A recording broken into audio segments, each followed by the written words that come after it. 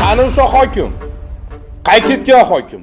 Haromni yegan odam haromxo'r bo'ladi. Murojaat chiqarasan, murojaat qiladi, borasan, o'rganasan, yoritasan xalqini, lekin natija nol. Demak, hokimlar nafaqat qonun buzar, ular bir vaqt o'zlarini ko'cha mafiyasiday tutadigan darajaga yetib kelishgan. Ba'zi bir qo'shnoq ichidagi haromxo'r hokimlar bor. Bo'lmasam bo'shatib qo'y, eplamasin. Xalq uchun jon kuydirsang hokim bo'l. Xalqqa tarafida bo'lsang hokim bo'l.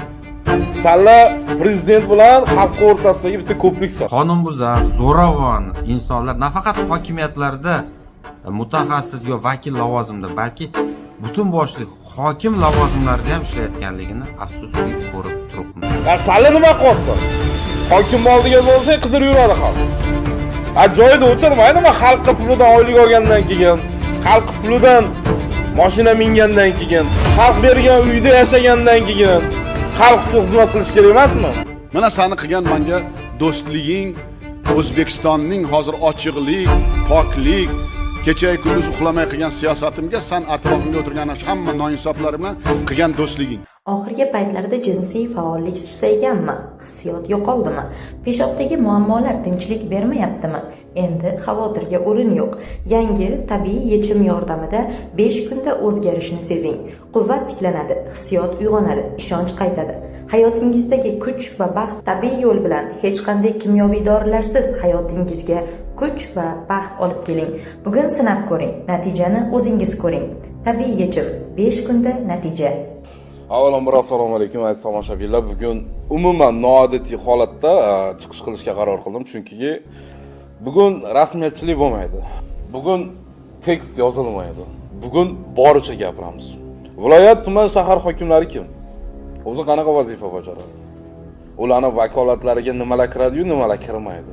Asosiy temamiz hokimlar bo'yicha. Chunki biz ko'ryapmiz, ko'plab hududlarda, viloyatlarda, tuman, shaharlarda ko'pgina aholining murojaatlarini chiqaramiz, lekin hokimiyatda matbuot kotiblari bor. Bu matbuot kotiblarining nima ish bajarishni ham bilmayman men hattoki. Bularning vakolatiga nima kiradi, men o'ylanib qolaman. Bitta material chiqaraman deysan yoki chiqarasan, sirazi matbuot kotibi yetib keladi. Yo mayli, yetib kelgani zo'r. Yetib kelish bo'yicha birinchi o'rinda. Ammo muammoni yechish bo'yicha umuman yo'qolib qoladi. Oxirgi o'rinda desa ham bo'laveradi. Matbuot kotibiga chiqasan, nima deydi matbuot kotibi? Men aytdim, tayinlaganman o'rinbosarga yoki hokim tayinlagan deydi. Qani o'sha hokim? Qaytgan hokim. Hokim oldiga borsa qidirib yuradi xalq. Joyida o'tirmaydimi? Xalqqa pulidan oylik olgandan keyin, xalq pulidan mashina mingandan keyin, xalq bergan uyda yashagandan keyin xalq uchun xizmat qilish kerak emasmi? Yo osmondan olyapsanmi oylikni?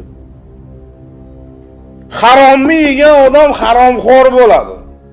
Sen yeyotgan oyligingni, o'sha meni gaplarim tegmasin yana. Hamma hokimga ham demayman. Ba'zi bir qo'shnoq ichidagi haromxo'r hokimlar bor. Salla olayotgan oyligingni halol yeyishni o'rganga. Salla harom yeyapsanmi, o'sha harom bilan bolalaringni boqyapsanmi, o'sha bolalaring ham haromxo'r bo'ladi sallaga qo'shilib. Murojaat chiqarasan, murojaat qiladi, borasan, o'rganasan, yoritasan xalqini, lekin natija nol. Nimaga nol? Nimaga ishlamaysanlar? Bizda shunday narsa bo'lib qoldi O'zbekistonda.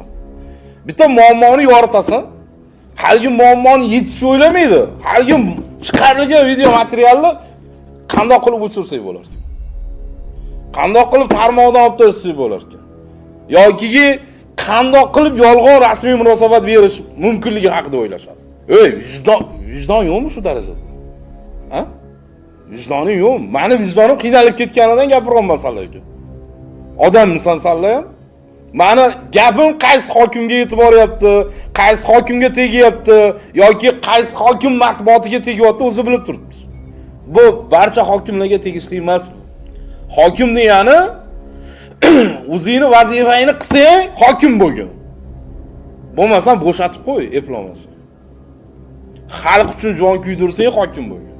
Xalqqa tarafida bo'lsang, hokim bo'lgin. Salla prezident bilan xalq o'rtasidagi bitta ko'prik salla.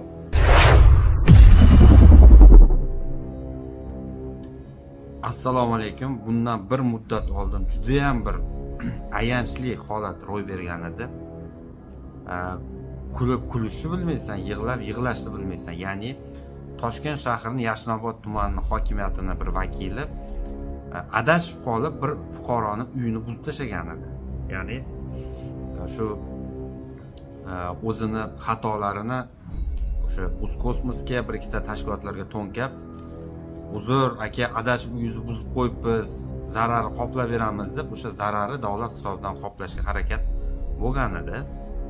Biz bu jarayonni ustidan aslida yig'lash kerak, lekin kulgu bilan qabul qiluvdikki, qaysi ma'noda, ya'ni kadrlar borasidagi inqiroz hokimiyatlarda, ijro tizimida juda ham katta muammo darajasiga aylangan va bugun hokimiyatlarda manqurt holatidagi, fikrlamaydigan, ong darajasi past bo'lgan insonlar juda ham ko'plab ishlayotganligi haqida shunaqa o'zimizni fikrlarimizni aytgandik. Afsuski, mana shunaqa manqurt, qonunbuzar, zo'ravon insonlar nafaqat hokimiyatlarda mutaxassis yo vakil lavozimida, balki butun boshli hokim lavozimlarida ham ishlayotganligini afsuski ko'rib turibmiz. Mana masalan, kuni kecha tarmoqlarda tarqaldi. Demak, Samarqandning Payariq tumanida hali sudni buzish haqidagi qarori qonuniy kuchga kirmasdan turib, birinchi instansiya sudi ko'rgan ish bo'yicha fuqaro apellyatsiyaga bergan, ya'ni sud ishlari hali davom etayotgan bo'lishiga qaramasdan tuman hokimi, prokuror, yana bir ikkita kattakonlar bilan kelib, tadbirkori joyini davay bosib buzdirib tashlagan. Ko'ryapsizmi? Joylarda demak, hokimlar nafaqat qonunbuzar, ular bir vaqt o'zlarini ko'cha mafiyasiday tutadigan darajaga yetib kelishgan. Bunaqa manqurt, bilimsiz odamlar qanday qilib hokimiyatlarga kelib qolyapti? Demak, bizda kadrlar sohasi chuqur inqirozga yuz tutgan. Mana shu sohani tepasida turgan, kimnidir hokimlikka tavsiya qilayotgan, hokimiyatga kimlardir ishga olayotganlar umuman o'zini ishini to'g'ri bajara olmayapti. Oqibatda odamlar davlatdan norozi bo'lyapti. Bir narsa aniq. Odamlari ko'chaga chiqishga, norozilik namoyishlari qilishga, biz bu davlatdan, bu islohotlardan norozimiz deb aytishgacha, bu ochiq axborot yoki diniy qarashlar, ro'mol, soqol, ochlik, yana nima deydi? Benzinning kamligi yo gaz degan masalalar majbur qilmasligi mumkin. Men bunga ishonmayman. Bu narsalar ommaviy norozilikka olib kelishgan. Lekin ommaviy norozilikka, ko'chaga odamlarni chiqishga, namoyishlar qilishga majbur qiladigan kuch bu joylardagi zolim, zo'ravon, mana shunaqa qonunbuzar shaxslarni hokim, prokuror, sudya, militsiya kabi lavozimlarga kelib qolishi bilan bog'liq bo'lishi mumkin. Ya'ni mana shunaqa zo'ravon odamlar shunaqa lavozimlarga kelsa, albatta bu narsa odamlarni ko'chaga chiqishga majbur qilishi mumkin. Boshqa narsa majbur qilmaydi. Quloqqa lag'mon ilmaylar. Tepadagilar ham mana qanaqadir ekspertlar, tahlilchilar, boshqalar ana odamlarni bosish uchun, odamlarni yana ham qiynash uchun bunaqa yo'q narsalar to'qib topib odamlarga to'nkash kerak emas. Odamlar bu narsalar uchun uncha-munchaga e'tiroz qilmaydi, norozilik bildirmaydi. Lekin adolatsiz insonlarni joyda lavozimga qo'yib qo'ysa, bundan e'tiroz qiladi, norozi bo'ladi. Mana shuni kadrlar sohasida o'tirganlar ozgina o'ylab ko'rish kerak. Fikrlash kerak. Kitob o'qish kerak ozgina. Oddiy odamlar ichiga tushib eshitish kerak, ular qanday yashayapti. Tanlab bergan kadrlardan rozimi, yo'qmi, ozgina xalq ichida yurish kerak. Kabinetdan chiqish kerak. Yumshoq, salqin, yumshoq moshalari, salqin kabinetlarda o'tirib olib bir narsalar yozgan bilan, mana uni palon joyga qo'yam, buni bunaqa degan bilan ish bitmaydi. Odamlar norizo qiladigan kadrlar qo'yilyapti. Bu tarixdan bo'lgan, xalqni ko'chaga chiqib e'tiroz qilishiga sabab zulmkor, zolim, qonunbuzar odamlarni lavozimga qo'yilishi bilan bog'liq bo'lgan. Ular xalqni qonuni ichgandan keyin xalq majbur chiqqan ko'chaga. Afsuski, hozirgi holatda bunaqa zo'ravon hokimlarni, qonunbuzar hokimlarni jazosiz qolishi, shunaqa lavozimlarga qo'yilishi nafaqat ommaviy norozi, balki prezident siyosatidan norozi bo'lish, islohotlardan norozi bo'lish, adolatsizlikdan dod deyishga majbur qiladi. To'g'risini aytganim uchun uzr-ku, lekin nima deydi? Men kechirim so'rayman buni aytganim uchun. Bizni bu gaplarimiz yoqmaydi. Uni tepada prezident yonida yurganlar bor, bir ikkita maslahatchilik qilib, ko'zbo'yamachilik qilib yurganlar. O'shalarga yoqmasligi mumkin. Meni kechiringlar, lekin to'g'risini aytaman, xalq haqiqatan dod deyapti. Dod devoryapti. Mana shunaqa zulmkorlarni joyiga qo'yib qo'yganlikda. Mana shunaqa zolim hokim, prokuror, sudyalar kerak bo'lsa, militsiya xodimimi, shunaqa zolimlar zulm qilib, qonunbuzarlik qilsa ham, lekin jazosi qolib ketayotganligidan, qonundagi jazolar faqat oddiy insonlarga qo'llanayotganligidan dod devoryapti. Mana bu yerda svet narxi oshishi, gaz narxi va hokazo shularga qo'shilib mana bu ishlar dod deyapti. Endi payarg'idagi holatni ko'radigan bo'lsak nima deymiz? Afsus, O'zbekistonda kadrlar sohasi chuqur inqirozda.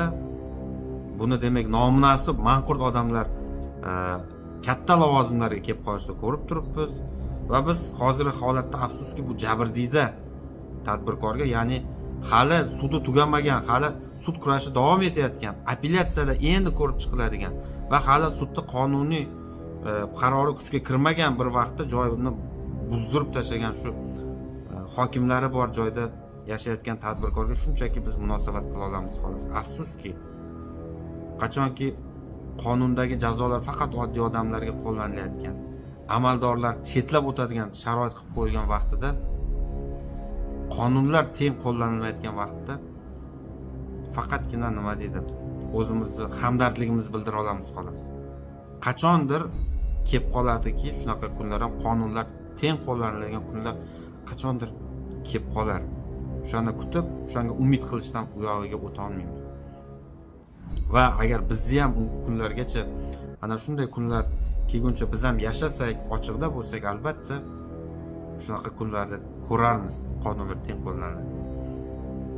Lekin yana bizni aytadigan gapimiz shu.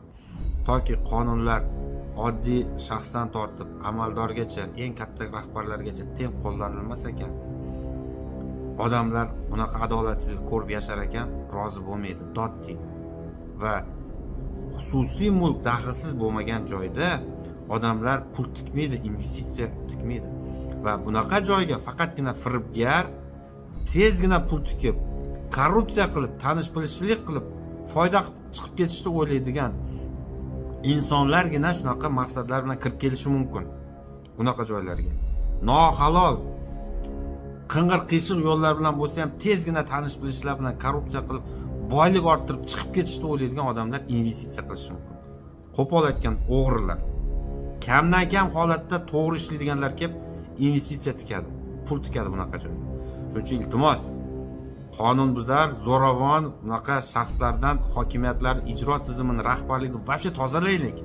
Xalq namuna olsin, namuna oladigan, qonunga bo'ysunadigan odamlarni qo'yilishi kerak.